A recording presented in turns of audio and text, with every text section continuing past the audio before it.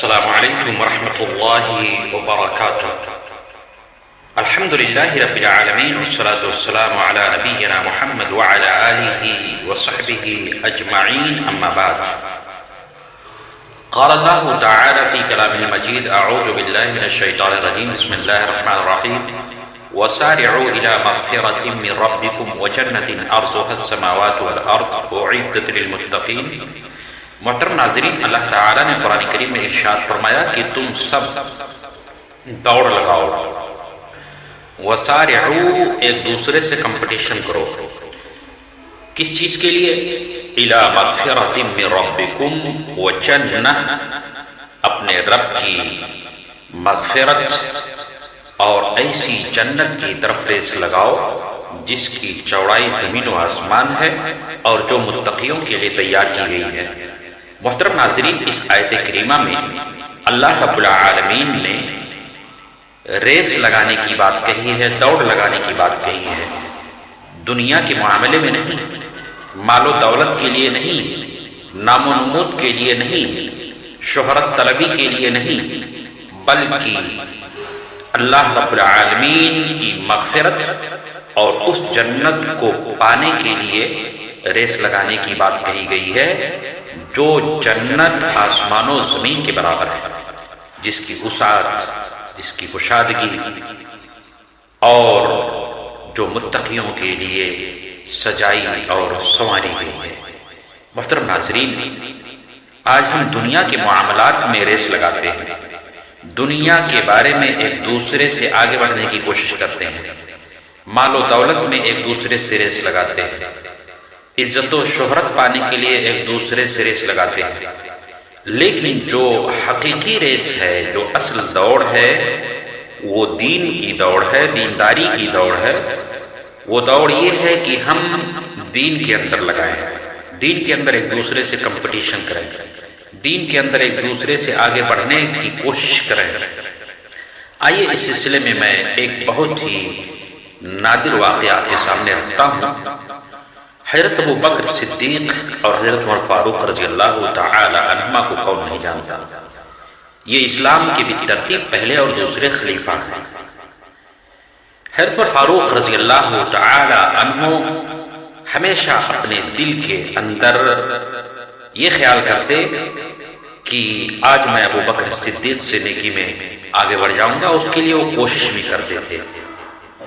اور ایسے کئی مواقع آئے اور انہوں نے حضرت ابو بکر صدیق سے نیکی میں آگے بڑھنے کی کوشش بھی کی، لیکن وہ حضرت ابو بکر صدیق سے پیچھے ہی رہے۔ ایسا ہی موقع اس وقت ہاتھ آیا جب اللہ کے رسول صلی اللہ علیہ وسلم نے جیش العسرہ یعنی غزوہ تبوک کی تیاری کے لیے یہ اعلان کرایا کہ جس کے پاس جو توفیق ہو اللہ کی خاطر وہ لا کر کے جمع کرے گا۔ چنانچہ حضرت عمر فاروق رضی اللہ تعالیٰ عنہ نے اپنے دل میں یہ خیال کیا کہ میں ابو بکر سے مالدار ہوں، میرے پاس مال و منال ہے، آج موقع ہے ابو بکر صدیق سے نیکیوں میں آگے بڑھنے کا۔ چنانچہ وہ اپنے گھر گئے اور اپنے گھر کا آدھا مال اٹھا لائے اور اللہ کے رسول صلی اللہ علیہ وسلم کے قدموں میں ڈال دیا۔ اللہ کے رسول صلی اللہ علیہ وسلم نے جب حضرت عمر سے پوچھا کہ اے عمر، تم اپنے گھر پہ کیا چھوڑ کے آئے ہو؟ کہا اے اللہ کے رسول، میں نے گھر پہ آدھا مال چھوڑ رکھا ہے۔ لیکن اسی کے بعد حضرت ابو بکر صدیق رضی اللہ تعالی عنہ جب اپنے گھر گئے تو اپنے گھر کا پورا اثاثہ، پورا مال اٹھا کر کے لائے اور اللہ کے رسول صلی اللہ علیہ وسلم کے قدموں میں ڈال دیا، آپ پر نچھاور کر دیا اور کہا اے اللہ کے رسول، یہ ہے میرا مال۔ اللہ کے رسول نے پوچھا اے ابو بکر، گھر کا سارا مال اٹھا لائے ہو یا کچھ گھر پہ بچا کے بھی آئے ہو؟ حضرت ابو بکر صدیق رضی اللہ تعالیٰ عنہ نے کہا کہ اللہ کے حبیب، گھر پہ میں اللہ اور اس کے رسول کو چھوڑ کر کے آیا ہوں، باقی سارا مال اٹھا کر کے لے آیا ہوں۔ اس موقع پر حضرت عمر فاروق نے کہا میں ابو بکر صدیق سے کبھی نیکی میں آگے نہیں بڑھ سکتا، آج موقع تھا سو اس میں بھی میں ابو بکر صدیق سے ہار گیا۔ تو محترم ناظرین دیکھیں، عشرہ مبشرہ میں سے ہیں ان خوش نصیب لوگوں میں سے ہیں جنہیں دنیا کے اندر ہی جنت کی خوشخبری سنا دی گئی تھی، لیکن اس کے باوجود آپ دیکھیں کہ وہ اگر کمپٹیشن کرتے ہیں، ریس لگاتے ہیں، تو نیکیوں کے معاملات میں، دنیا کے معاملات میں نہیں۔ آج تو ہم دنیا کے معاملات میں ایک دوسرے سے کمپٹیشن کرتے ہیں، ایک دوسرے سے دوڑ لگاتے ہیں، آگے بڑھنے کی کوشش کرتے ہیں، لیکن جو اصل چیز ہے دینداری، اس کے اندر ہمارا کوئی کمپٹیشن نہیں ہے۔ تو ضرورت اس امر کی ہے کہ ہم حضرت ابو بکر صدیق اور حضرت عمر فاروق رضی اللہ عنہما کے اس واقعے سے درس عبرت پکڑیں اور دین کے معاملے میں ہم کمپٹیشن کریں۔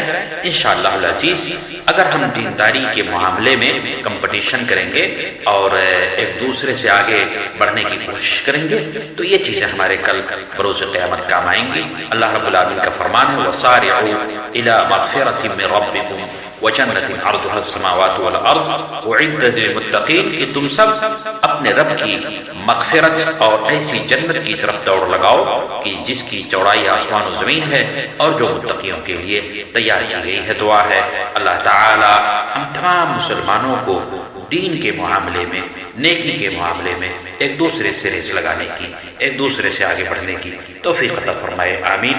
تقبل یا رب العالمین۔ وآخر دعوانا الحمد للہ رب العالمین۔